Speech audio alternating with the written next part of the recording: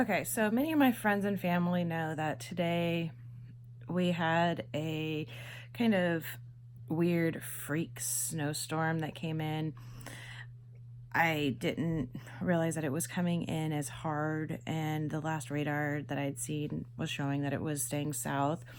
So I drove our little Jimmy that we have. Everything was going good. It wasn't snowing when I left our house. But the closer I got to where my son's school is at, the heavier the snow that got.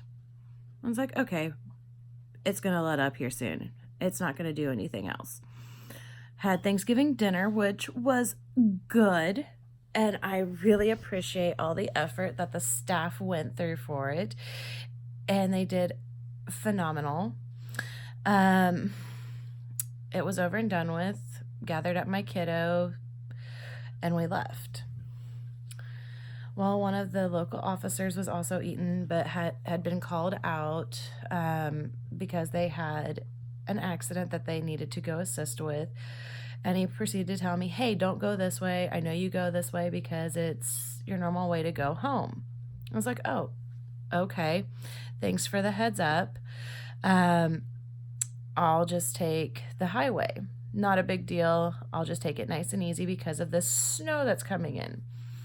By the time I got out, I had roughly about an inch of snow covering the Jimmy. Thankfully, I had a little broom thingy to wipe the snow off, get it cleaned off. We were good. Get going. Streets were okay in the little town. Get up onto the highway. Major highway is I-70. Not so good. So maybe I'm doing 20, 25. I decided to slow down to 20 and following a vehicle. And I'm not too close to this vehicle because I was like, I don't want to get too close because I just don't feel comfortable doing that because it's not very good and it's coming down pretty good. Well, I see that it says that my exit is a half a mile away. Okay, cool. I'll be okay. About that time, the car in front of me slams on their brakes. I let off the accelerator, and about that time, a semi goes blowing by me, throwing slush across my windshield. And you can feel wind when semis go by you. Well, I felt that, and it pushed the Jimmy into slush, which in turn pushed it off the road, down into the ditch, along the side of the highway. Well, when it was still going forward with momentum, I was tapping the brake lightly.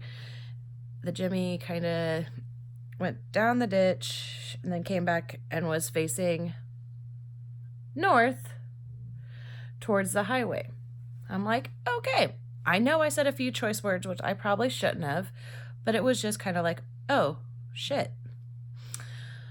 Well, the kiddo had been sitting there quietly, and he started kind of going into panic mode. I was like, okay, we got this. We can handle this.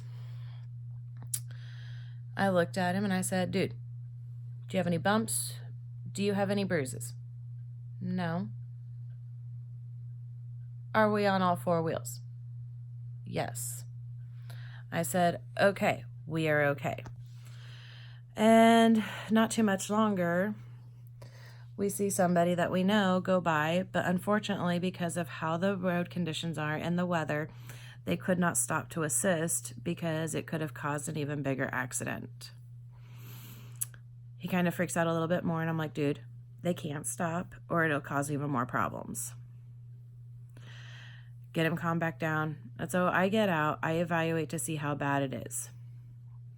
So I think and I put the Jimmy in reverse. I back up a little bit, drop it down into second, drop it down into first, and go forward.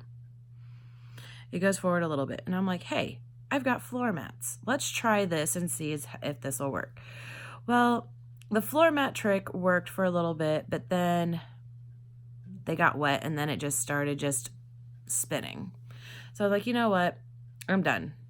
Called a couple people. They were stuck at work. Okay, so I break down and I call USAA. And I'm like, I need roadside assistance. This is where I'm at. And I send them my longitude and latitude location. They send the request. About that time, an officer shows up after another couple gentlemen from Tennessee stop, and they say, hey, let us pull you out with our little Ford Focus. And I'm like, no, thank you.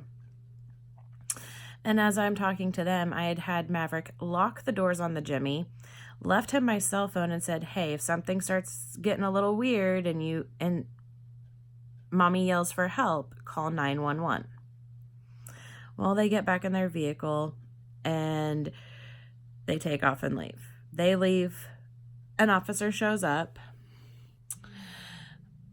He's in civilian clothes in an unmarked car and says, do you need assistance? I'm like, well, I've called for roadside assistance.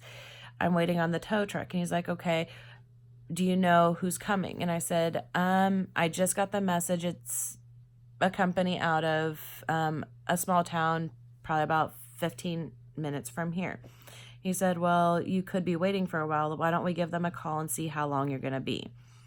He's like, if you're going to be here too long, then I'm going to load you and your child up and take you to a safe location until they can get out here, and then we'll get you back out here to get your vehicle. Okay. And I know that he's an actual cop because his badge is there. He has the laptop. He has his gear on, but he's off duty. And so I have the phone number for the tow company, call them, and they're like, it'll be 35 minutes. But we have a service truck that's coming to relieve the officer. Okay, cool. Thank you. I appreciate that. Well, the tow truck and the service truck arrive probably within 20 minutes, which is like phenomenal compared to with what they told me. The officer for the county that I live in stayed the whole entire time, which is phenomenal. The tow truck company gets me out. I sign the paperwork.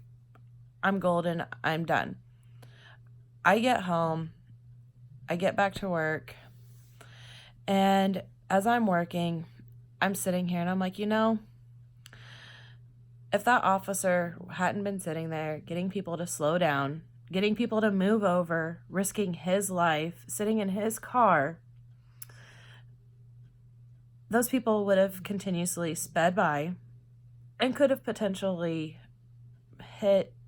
lost control, hit us, something along those lines. People want to bash on officers. They want to put people down and say that they're bad. Well, here's the thing. They're here to protect and serve. This officer was off duty. He didn't have to sit there with his lights on to warn people that there was a disabled vehicle that was stuck in the ditch. He could have just gone on about his day, but he didn't. He sat there to warn people that there was a vehicle that was stranded. And I appreciate that. I sent our local law enforcement agency a message saying I appreciated what he did. I think maybe tomorrow morning, after the kiddo and I get done with our chores, we might go do something special for them. Maybe go into Dillon's, get them some cookies, get them some juice, and drop it off as another thank you of appreciation for everything that they do. Because with where we're located at and the reports that I've seen, there were over 20 cars that had slid off the road and many more accidents. My hat goes off to them. I salute them because they had a huge job ahead of them today. They took time out of their days to make sure that everybody was being safe.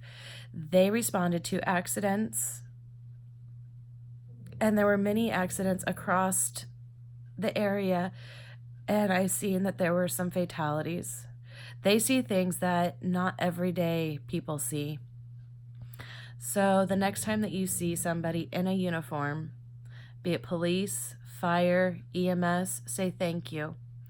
Not only our soldiers see things, but they see things as well. Thank them and thank a soldier for their service as well.